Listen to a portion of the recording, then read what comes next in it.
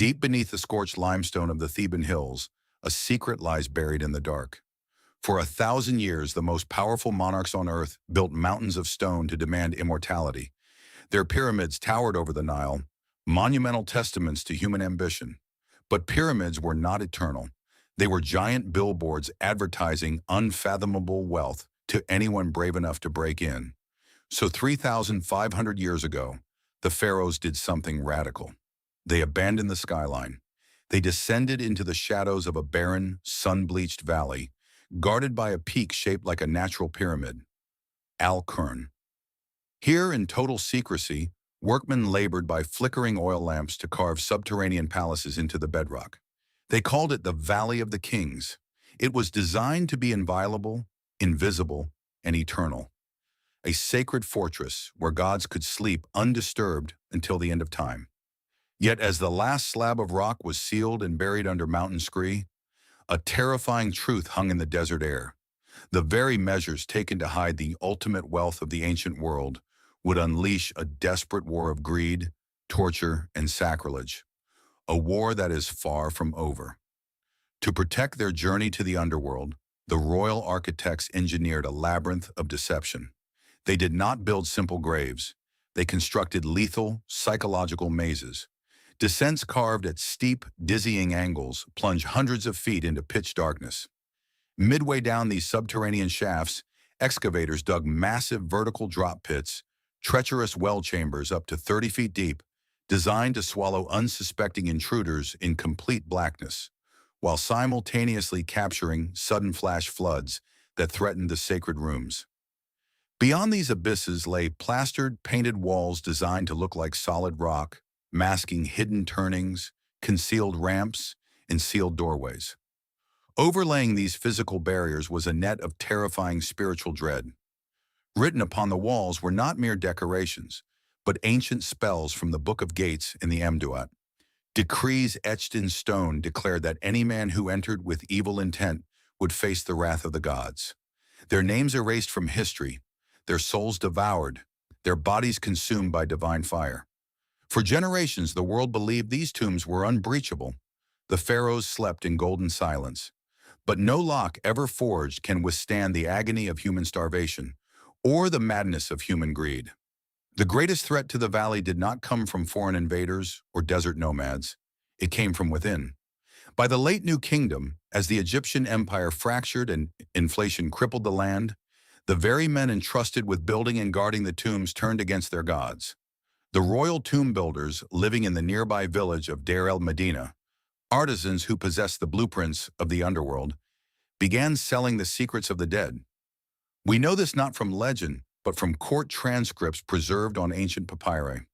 In the year 1111 BC, during the reign of Ramesses IX, a scandal erupted that shook the highest corridors of power. The mayor of western Thebes was accused of turning a blind eye to systematic, organized tomb desecration. A royal commission was dispatched to inspect the necropolis. The trial records, the famous Abbott and Leopold Amherst papyri, reveal a chilling glimpse into this shadow economy.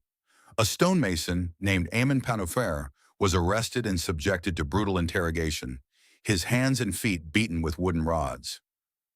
Under torture, he confessed, he described how he and his co-conspirators used bronze chisels to breach the stone seals of Pharaoh Sobekemsaf. They crawled through the narrow breach into the pitch-black burial chamber. There they found the king and queen encrusted in gold and jewels. Amenpanafer recounted how they stripped the golden death masks, pried sacred amulets from decaying flesh, and set fire to the wooden inner coffins to melt away the precious metal. They divided the plunder, gold, silver, and fine linens, and used it to bribe the very state officials sent to arrest them. This was not an isolated crime. It was a rampant, state-sanctioned plunder. When economic collapse reached its zenith, even the high priests of Amun systematically opened the tombs themselves, stripping the ancient gold to fund government operations, stripping the dead to feed the living. In a desperate bid to save the holy ancestors, a small band of loyal priests acted under the cover of night. They gathered the battered, desecrated mummies of Egypt's greatest rulers, including Ramesses the Great and Seti, wrapped them in fresh shrouds, and hid them in secret collective caches, such as the cliffside tomb at Deir el-Bahari in the tomb of Amenhotep II. For thousands of years, these royal mummies lay in silent exile, while the valley above them was scoured, looted, and reduced to empty, silent caves. By the early 20th century, prominent archaeologists declared the Valley of the Kings completely exhausted. Every tomb, they claimed, had been found. Every secret exposed. They were catastrophically wrong. In November 1922, Howard Carter cleared away the debris beneath the entrance of a known tomb and struck a step carved into the rock. What he unveiled was KV-62, the virtually untouched tomb of Tutankhamun. A minor king, buried in a modest, hastily prepared tomb, yielded over 5,000 priceless artifacts, including a solid gold coffin weighing over 240 pounds. The discovery of Tutankhamun did not answer all of history's questions. It threw open a dramatic realization. If a forgotten boy king possessed wealth beyond human imagination, buried beneath the rubble of later construction, what else is still waiting beneath the limestone? The Valley of the Kings has yielded 64 numbered chambers, but ancient texts prove the roster is incomplete. Where is the tomb of Ramesses Ekiden, a monarch whose final resting place has vanished from all historical records? Where lies Thutmose Tutu? Where is the final resting place of Queen Nefertiti, whose beauty ruled an empire, or Ankhesenamun, the tragic widow of Tutankhamun? Modern satellite imaging and ground-penetrating radar have recently revealed deep anomaly zones beneath the valley floor.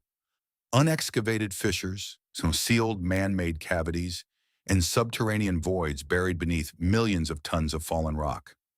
The ancients carved their graves into the bones of the earth, believing that time and silence would protect them forever.